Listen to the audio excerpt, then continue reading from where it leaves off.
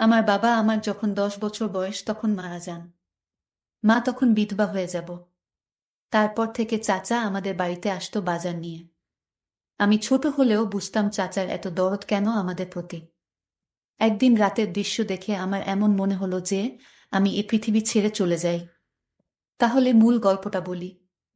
আব্বা মারা যাবার 4 মাস না যেতেই হেলিম চাচার আমাদের বাড়িতে রোজ যাতায়াত শুরু হয়েছে। চাচা আসলেই মা ভাত বসাতেন বা চায়ের পানি চড়াত। চাচা আসার সময় হাতে করে বাজার নিয়ে আসতো, ব্যাগ ভর্তি বাজার। মা ওনার হাত থেকে বাজারের ব্যাগ নিয়ে নরম কণ্ঠে বলে উঠতেন, ঘরে গিয়া বসেন, আমি চায়ের পানি চড়াই। মায়ের নরম কথায় হেলিম চাচা হাসি দিত। এ হাসির অর্থ আমার তখনও জানা ছিল না। বয়সটা কম আমার, 10 বছর হবে। সব জিনিস এতটা না বুঝলেও শুধু এতটুকু বুঝতাম হেলিম চাচা আমাদের সাহায্য করছেন। না হলে প্রতিদিন আমার জন্য লজেন্স আনবেই বা কেন? আমি বস্তির ওই ঘরটাতে থাকলে উনি আমার হাতে লজেন্স হাতে দিয়ে বলতেন, নে রাসেল, লজেন্স খা। আমিও হাসি মুখে লজেন্স নিয়ে বাইরে ছুটতাম। মা আমার দিকে তাকিয়ে থাকত। দুটো লজেন্স পেলে একটা ফাহিমকে দিতাম, আরেকটা আমি খেতাম। ফাহিম আমার বন্ধু। তার বয়স মাত্র 9 বছর। একটা থাকলে সমান সমান ভাগ করে খেতাম। ফাহিম আমার ছোটবেলার বন্ধু, অনেক ভালো বন্ধু।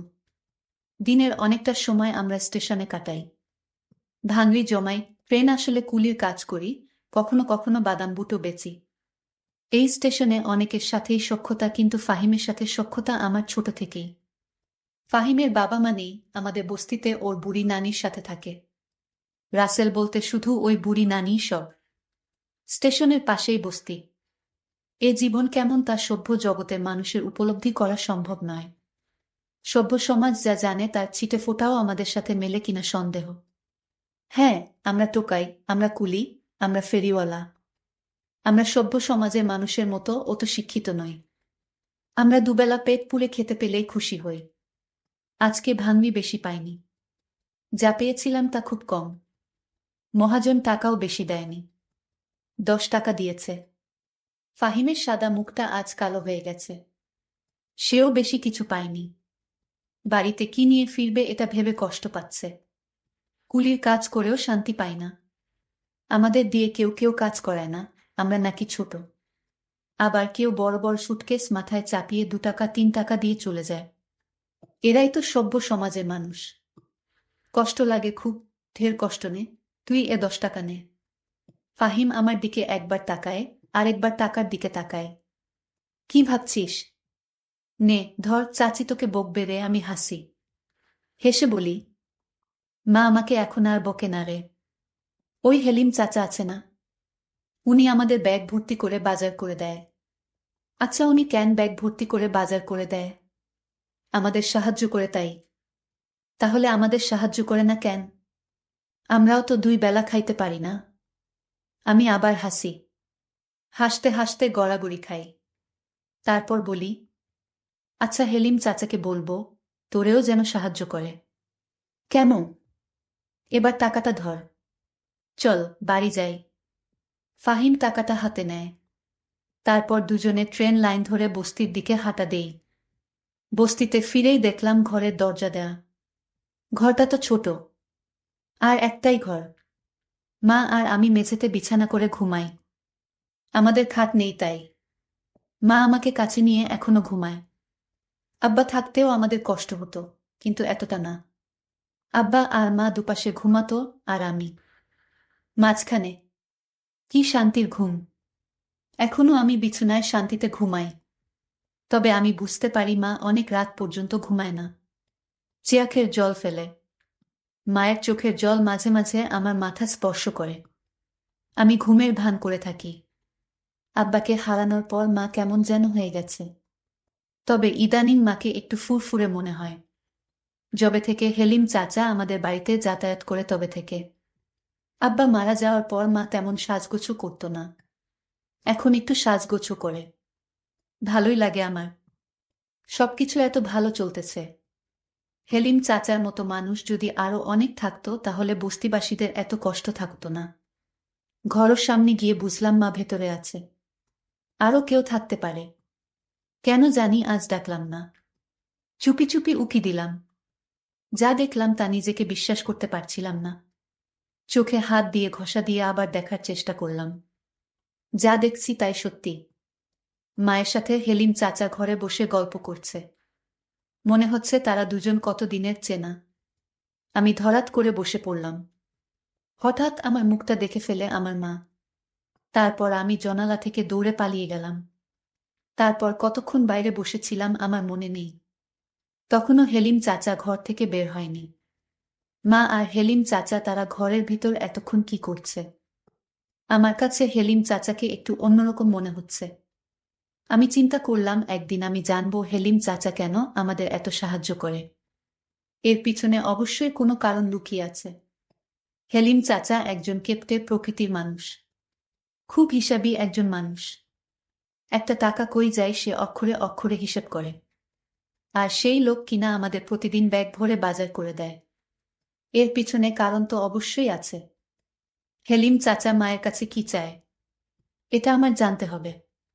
এসব ভাবতে ভাবতেই ফাহিমের ডাকে আমি তার দিকে তাকালাম। অস্ফুটভাবে বললাম, যাবি না? কোথায়? ট্রেন আইতাছে। আমি উঠলাম। বললাম, তুই সামনে যা, আমি আইতাছি। আচ্ছা। ফাহিম এগিয়ে গেল। আমি আরেকবার ঘরে উকি দিলাম। শুয়ে থেকে দুজন যেন কি পরামর্শ করছে। চুপচাপ আমি ফাহিমকে অনুসরণ করতে লাগলাম। কয়েকটা ব্যাগ ধরতে পারলে ফাহিমের আজকের খাওয়াটা হয়তো হয়ে যাবে। আমার না খেলেও চলবে। যা দেখলাম তাতে পেটের ক্ষুধা মিটে গেছে। নিজের প্রতি প্রচণ্ড রাগ হতে শুরু হলো। কেন উকি দিলাম?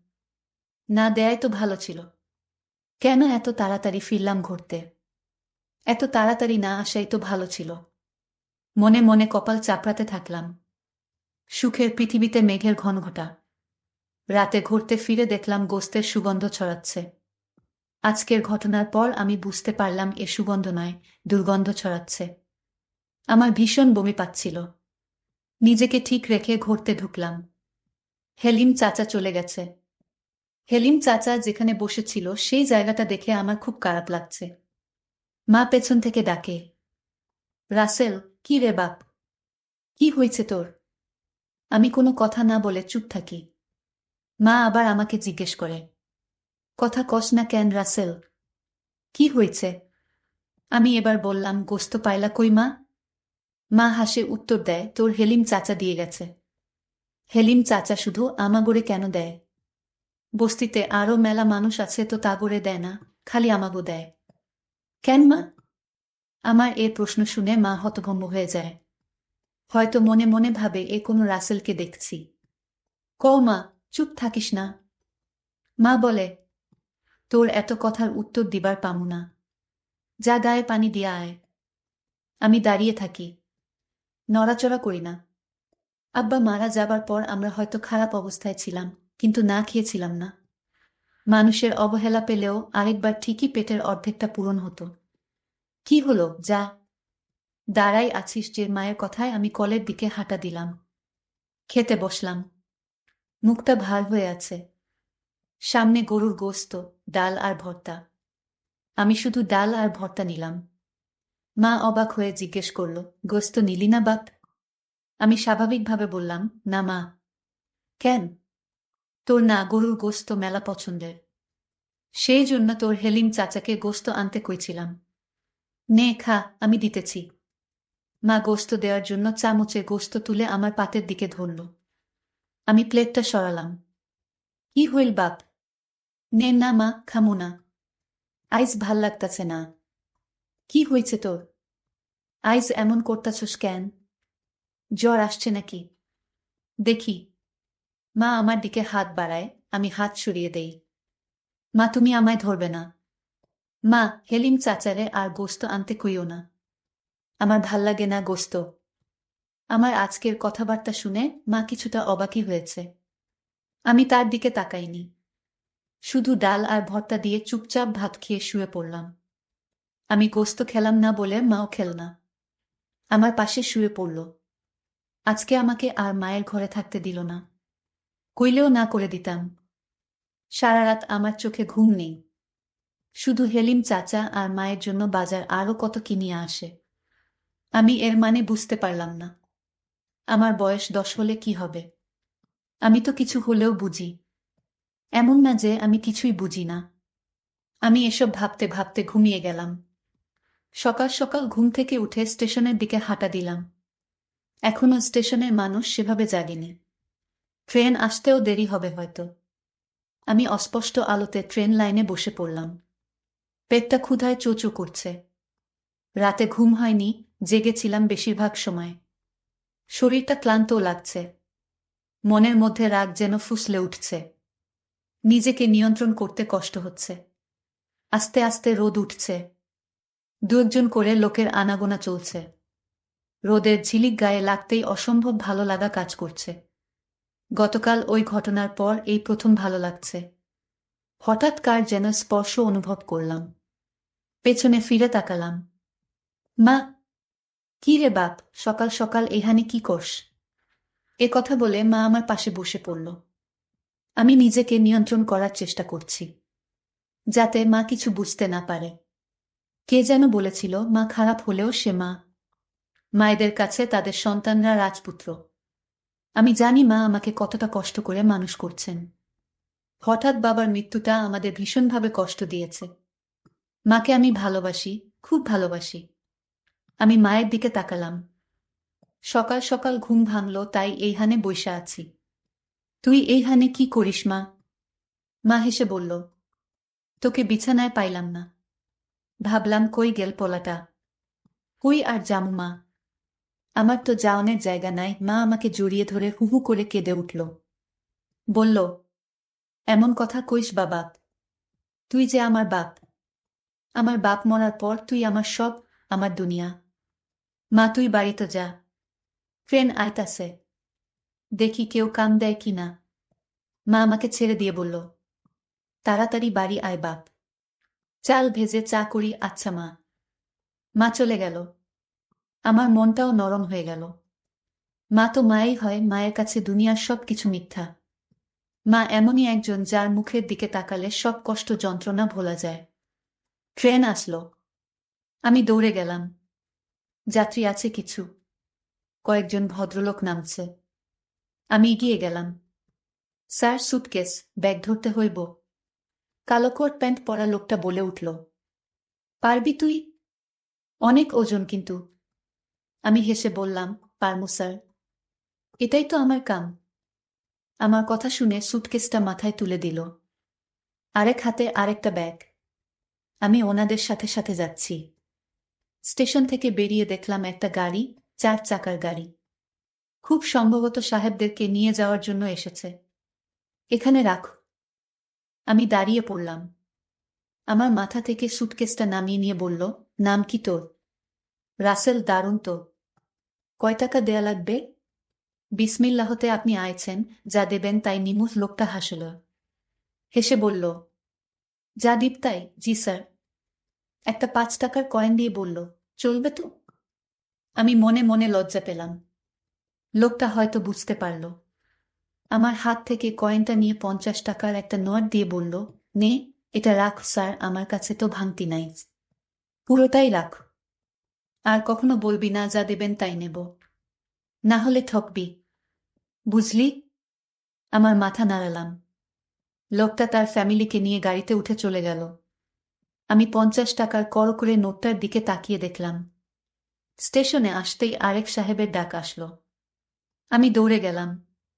স্যার, কিছু ধরতে হইব। হ্যাঁ, এ সুটকেস দুটা নে। সুটকেস দুটা আমার মাথায় চাপিয়ে দিল। বেশ ওজন ছিল। আমি লোকটাকে অনুসরণ করতে লাগলাম। ওনার সাথে একজন মহিলা, সম্ভবত ওনার স্ত্রী। রাস্তার দিকে আসার পর লোকটা একটা ট্যাক্সি ঠিক করল। ততক্ষণ আমি সুটকেস নিয়ে দাঁড়িয়ে মনে মনে ভাবলাম, কতক্ষণ নামাতে পারলেই বাঁচি। সুটকেস দুটো নামিয়ে উনি আমাকে 10 টাকার একটা নোট ধরিয়ে দিয়ে বলল, নে। আমি টাকাটা হাতে নিয়ে বললাম, আর 10 টাকা দেন স্যার। কম হয়ে যায় তো। আর 10 টাকা মানে? একটা সুটকেস 10 টাকা, দুইটা সুটকেস 20 টাকা। 10 টাকা দিচ্ছি, এটাই বেশি দিচ্ছি। যা ভাগ। লোকটা কর্কশ কণ্ঠে বলে উঠল। আমি নরমস্বরে বললাম, স্যার ঠকানো হয়ে যায়। এ কথা শুনে আমাকে তাপ্পড় দিয়ে বলল, পাজি ছেলে, মুখে মুখে তর্ক করিস। 10 টাকা দিচ্ছি, এটাই বেশি। এ কথা বলেই উনারা ট্যাক্সি করে চলে গেল। আমি মাটিতে পড়ে চেয়েই থাকলাম। গা ঝাড়তে ঝাড়তে ভাবলাম, দুজনের মাঝে কত ব্যবধান। একজন কত বিনয়ী, আরেকজন কত বাজে লোক। অথচ দুজনই কোটটাই পরা। আল্লাহর এই দুনিয়ার কত খেলা যে চলে তার শেষ নেই। বাড়িতে ফিরে দেখলাম ফাহিম মায়ের পাশে বসে আছে। মা চাল ভাজে। আমি তাদের পাশে বসে পড়লাম। ফাহিমকে বললাম, সকাল সকাল তুই? ফাহিমের মুখটা কালো হয়ে গেল। মনমরা হয়ে বলল, দাদির জ্বরটা বাড়ছে। বিছানা থাকি উঠবার পারে নাই। ক্ষুধাও লাগছে। ফাহিমর কথায় মা বলল, দুপুরবেলা এখানে ভাতও খাইস ফাহিম। জেঠাইমার জন্য নিয়াও যাইস। ফাহিম এবার একটু স্বস্তির নিঃশ্বাস ফেলল। আচ্ছা চাচি। চা আর চাল ভাজা খেয়ে ফাহিম সহ স্টেশনের দিকে ছুটলাম। কিছুক্ষণ পর ফাহিম বলে উঠল, তোর পেছনে ধুলা কেন? আমি পেছনে ফিরে তাকালাম। দেখলাম সত্যি সত্যি অনেক ধুলো। ঝাড়তে ঝাড়তে বললাম, এক সাহেব বেটায় ধাক্কা দিয়ে ফেলে দিছে। ধাক্কা মারছে কেন? 2টা সুটকেস জন্য 10 টাকা দিচ্ছিল। 20 টাকা চাইতে ধাক্কা মারল। ফাহিমর মনটা খারাপ হয়ে গেল। আমি জানি আমার জন্য ওর অনেক মায়া, অনেক টান। অনেক ভালোবাসে ও আমায়। আমি 50 টাকার নোটটা বের করে ওর হাতে দিয়ে বললাম, নে ধর। 50 টাকার নোট দেখে অবাক হয়ে আমার দিকে তাকালো। এত সকাল সকাল 50 টাকা কই পাইলি? আমি সহাস্য মুখে বললাম। আরেক সাহেব বেটায় খুশি হয়ে দিছে। নে ধর, দাদির জন্য ওষুধ কিনিস। মুহূর্তেই ফাহিমর মনটা ভালো হয়ে গেল। হাসি মুখে বলল, বিকেলে বাড়িতে ফিরে দেখলাম চুলোর পাশে হেলিম চাচা বসে আছে। মা চুলো ধরিয়েছে। আমি আসার আগে বাড়ির আড়াল থেকে এতটুকু শুনলাম যে মা হেলিম চাচাকে বলছে, আপনি এ বাড়িতে আসবেন না। মাইনসের কথা শুনতে হয়, মাইনসি কি তেরে ভাত দেয় পারুল? পারুল আমার মায়ের নাম। তাও হেলিম চাচা বলল, চল কাজী অফিসে। তোকে বিয়ে করে ফেলি। রানী করে রাখব তোকে। আমার বিয়ের ইচ্ছা নাই। তাইলে কি বিধবা হয়ে থাকবি? এ কথা শুনে মা চমকিত হয়ে গেল। হেলিম চাচার দিকে বিষণ্ণ দৃষ্টিতে তাকালো। মায়ের এ চাহনি দেখে আমার মায়া হলো, বড় মায়া।